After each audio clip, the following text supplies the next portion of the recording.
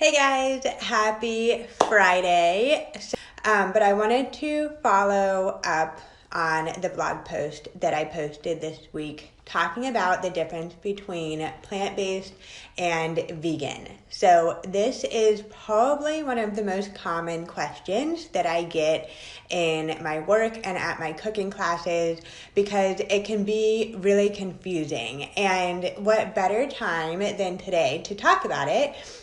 Because yesterday I had the opportunity to present to NASA employees, and they had just had a few of the people from the documentary Game Changers come in and talk to their group as well. And so they had a lot of questions about this conversation too. So I was able to kind of hear from them some of their questions and perspectives and thought I could bring that to you guys today. First of all, why is this so confusing, this difference between plant-based and vegan?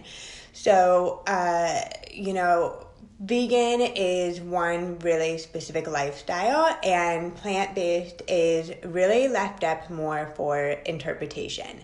So it can be really confusing because veganism is more black and white, whereas plant-based leaves for a lot more gray area. So let me first kind of go through my beliefs and the differences between veganism and plant-based, and kind of the philosophy that I choose to follow and that I approach through what I share both on here on Instagram, in my cookbook, on my blog, all those different platforms. So vegan is very specific. It basically means the removal of any animal product from your diet. So not eating animal protein or seafood, and then also no animal-derived products. So no eggs, no milk, dairy. Some vegans even choose not to consume honey. And there's also a lot of products you want to think of that aren't vegan friendly. So you really have to do your homework in knowing what is vegan friendly and what's not. So it's very black and white in terms of what you can and can't consume. Plant-based is really more open-ended. So when I think of plant-based, what I think of is a whole unprocessed diet made up of plant-based foods, so fruits and vegetables, leafy greens, nuts and seeds, and then things that are not going to be as processed. So have that foundation of whole nutrient-dense foods.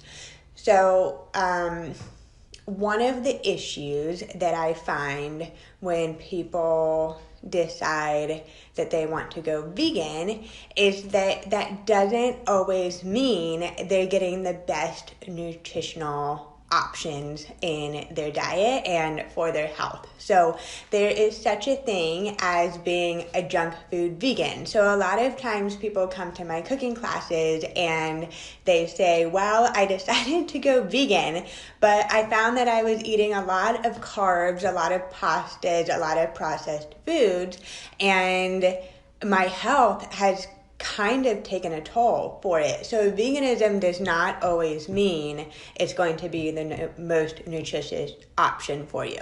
Just because something is vegan does not mean it's healthy, which is why I have a huge issue with a lot of vegan alternatives to traditional foods like burgers, for example. People always ask me my opinion about the Impossible Burger. From a nutritional standpoint, I am not a huge fan because it's incredibly processed and made with fragments of whole foods. There's a lot of fillers in there. And if you eat these things on a consistent basis, it's going to mess with your gut health and mess with your health overall.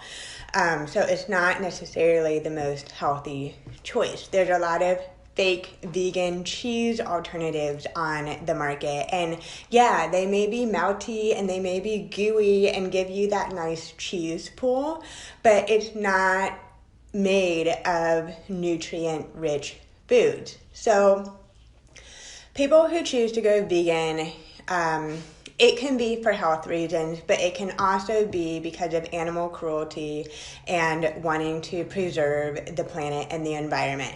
I have no issues with either of those things. I think everyone has a choice in which lifestyle they want to follow based on different reasons. And I am never going to tell you that there is a right and wrong way to do things and what you should believe. However, my approach towards this conversation between vegan and plant-based is I'm always going to lead with plant-based, because where I'm coming from, I want you to get the most nutritious foods in your diet, and these largely are going to be plant-based foods. However, I always say that you do not have to be vegan in order to reap the benefits of plant-based foods. In my opinion, it's more about the idea of what can we add to our plate versus take away that's going to boost our health, both short-term and long-term. So I am not vegan. I eat about 85-90% plant-based, and I definitely feel my best when I do that.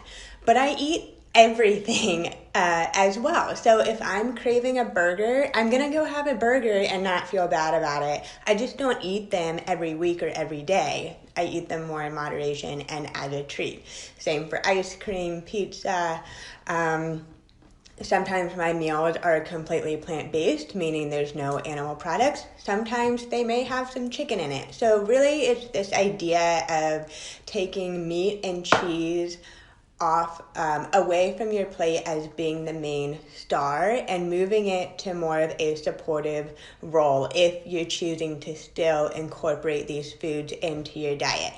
I think everyone is different in their individual nutritional needs. So some people do really well on a whole foods, plant-based vegan diet. Some people need more of a certain nutrient, and they may feel better when they go a little bit more paleo that includes some animal protein, not as many starchy foods. But overall, no matter who you are, where you're coming from, what lifestyle you're choosing to follow, there is no argument against including more plant-based food on your plate.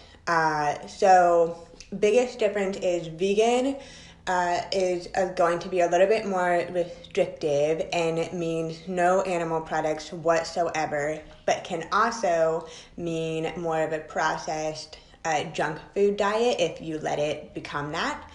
Plant-based is always going to thrive off of a foundation of plants. So it's always going to be your most nutritious option when it comes to incorporating these healthier foods on your plate. The other reason that I like to distinguish between these two is because veganism can be very restrictive and be more of an all or nothing approach. So again, depending on why you're signing up for that lifestyle to begin with, makes a difference in, if you choose to be vegan or not vegan. But plant-based allows for a little bit more flexibility and empowerment in your choices. So it allows you things that maybe you don't have a lot of motivation to cut out completely, but it's going to pull you away from them being a consistent part of your routine. So overall, having a foundation of plant-based foods is going to boost your health from the inside out. So I think it is completely possible to be vegan and plant-based and have an incredibly healthy diet. I know the movie Game Changers has been monumental in this movement of really encouraging people to take a hard look at their diet and become aware of how these foods are affecting their daily function, their overall health, their longevity. Game Changers focuses a lot on athletic performance and endurance, and how much plant-based foods really work against that traditional stigma that meat is everything and meat is masculine and meat is your answer to everything and muscle strength. You can be a superior athlete on just a plant-based diet if done the right way. So it's a really big eye-opener into this lifestyle. So if you haven't seen it, I would encourage you to see it. But I just want to encourage you, whether you want to follow a vegan lifestyle or not, at the end of the day, it's about getting back to whole, nutrient-dense, unprocessed foods and taking that and making it work for you and your lifestyle. So building a foundation of plant-based foods and then interpreting that and adding to it as you need to fit your lifestyle. So if you enjoy some meat and seafood, if you enjoy some high quality dairy, by all means have it, just not all the time and maybe at every meal. So that's really my approach in my classes, in my cookbook, and the recipes that I share. I think a lot of times people hear plant-based and they don't know what to do with that. I can't tell you how many times people have come to my cooking classes, especially men, and made the comment that they have dinner reservations for after class in case they're not full. And no one has actually followed through with their reservations because they're pleasantly surprised on how satisfying a plant-based meal can be. But really just wanting to invite you into a different way of looking at foods and flavors and combining them in a way that you can create a really delicious, satisfying meal without needing meat and dairy all the time.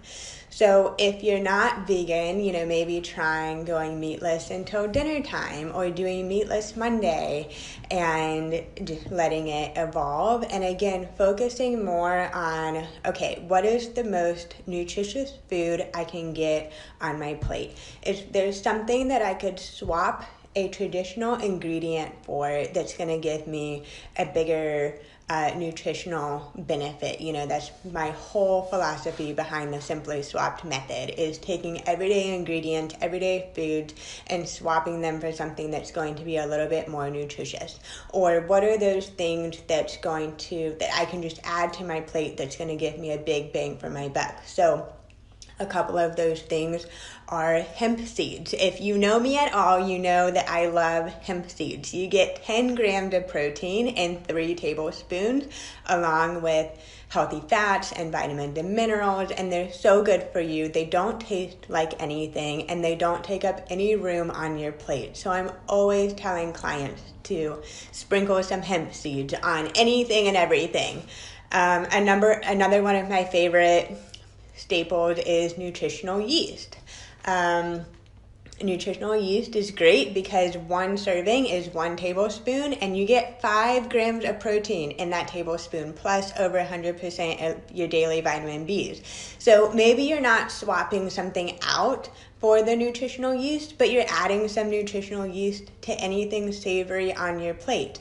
Another big one is chia seeds. People think that, okay, well, if I am going to cut out dairy, how am I going to get calcium in my day? Well, 1 serving of chia seeds is going to give you about 18% of the recommended daily amount of calcium in your body. So there's so many ways to get these essential nutrients, vitamins, minerals, healthy fats, protein, complex carbohydrates through plant-based foods. You don't have to just rely on these traditional methods like dairy and meat in order to meet your needs. So anyways, if you want more information about this and if you want to read through it, I also posted on this topic on my blog, fitlivingeats.com. And if you don't have my cookbook, I highly suggest you check it out. It's a great way to expose yourself to plant-based foods and recipes that are super easy to make and taste delicious too, because if it doesn't taste good, then no one's going to want to maintain that lifestyle, right? So you can check that out on Amazon. It's called Simply Swapped Everyday. And as always, I would love to hear from you guys what you're struggling with, what kind of recipes you want to see more of, and how I can help you as you pique maybe your curiosity in this plant-based world and incorporate more of these foods into your own diet and lifestyle. So hopefully you enjoyed this little tidbit. It's basically what I posted on the blog, but different people like to learn different ways, and I like to connect with all of you guys face to face. Well, you can see my face. I can't see your face except for your little profile icon that pops up. But if you want to continue the conversation, send me a message, send me an email. I would love to hear from you. And if you're local, hopefully you can make it to one of my cooking classes in the future. I will be posting the May, June, July schedule, hopefully by the weekend, which means I'd have to get to that today. So stay tuned on that, and hopefully you guys have a great weekend, and I will talk to you guys soon. Bye.